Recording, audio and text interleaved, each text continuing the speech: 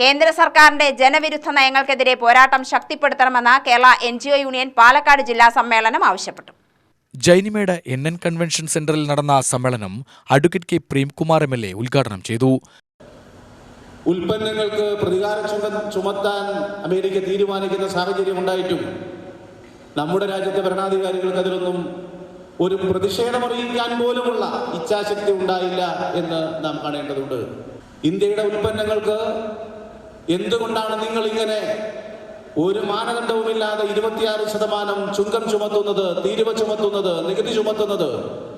ഇത് അന്യായമാണ് എന്ന ഒരു വാക്ക് പറയാൻ, ഒരു പ്രതിഷേധമറിയിക്കാൻ രാജ്യ താൽപര്യം മുൻനിർത്തി പ്രവർത്തിക്കുന്ന രാജ്യത്തെ ഭരണാധികാരികൾക്ക് സാധിക്കുന്നില്ല. സാർവദേശീയ തലത്തിലുള്ള ഒട്ടേറെ കാര്യങ്ങൾ ഈ സന്ദർഭത്തിൽ പ്രതിപാദിക്കാൻ ഉദ്ദേശിച്ചതല്ല. പക്ഷെ നമുക്ക് പറയാതിരിക്കാൻ കഴിയാത്തവണ്ണം ലോകരാഷ്ട്രീയം ആ നിലയിൽ സാമ്രാജ്യത്വ ആഗോളവൽക്കരണ നയങ്ങളുടെ കോർപ്പറേറ്റ് പിടിയിൽ അമർന്ന് മുന്നോട്ട് പോകുന്ന ഒരു സാഹചര്യമാണ് എന്ന് നമുക്ക് ഓർത്തിരിക്കാൻ കഴിയേണ്ടതുണ്ട് എന്ന് സൂചിപ്പിക്കുകയാണ്. രാജ്യത്ത് അധികാരത്തിലിരിക്കുന്ന നരേന്ദ്രമോദി ഗവൺമെന്റ് 10 വർഷത്തിന് ശേഷം വീണ്ടും മൂന്നാമതും രാജ്യത്ത് അധികാരത്തിൽ വന്നു. ഒരു വർഷമാവാൻ പോവുകയാണ്.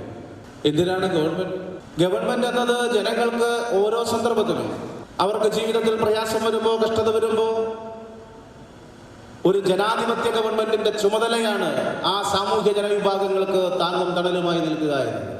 ജില്ലാ പ്രസിഡന്റ് കെ മഹേഷ് അധ്യക്ഷനായി. കെ മഹേഷ് രക്തസാക്ഷി പ്രമേയവും ബി രാജേഷ് അനുശോചന പ്രമേയവും, ജില്ലാ സെക്രട്ടറി കെ സന്തോഷ് കുമാർ പ്രവർത്തന റിപ്പോർട്ടും, ട്രഷറർ M പ്രസാദ് കണക്കും അവതരിപ്പിച്ചു.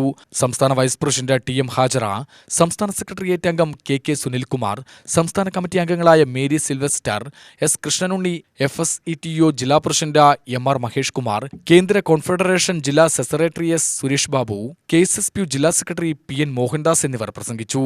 കെ സന്തോഷ് കുമാർ സ്വാഗതവും M പ്രസാദ് നന്ദിയും പറഞ്ഞു. കെ മഹേഷ് പ്രസിഡന്റായും കെ സന്തോഷ് കുമാർ സെക്രട്ടറിയായും M പ്രസാദ് ട്രഷററായും പുതിയ ജില്ലാ കമ്മിറ്റിയെ തെരഞ്ഞെടുത്തു. UTV news Palakkad.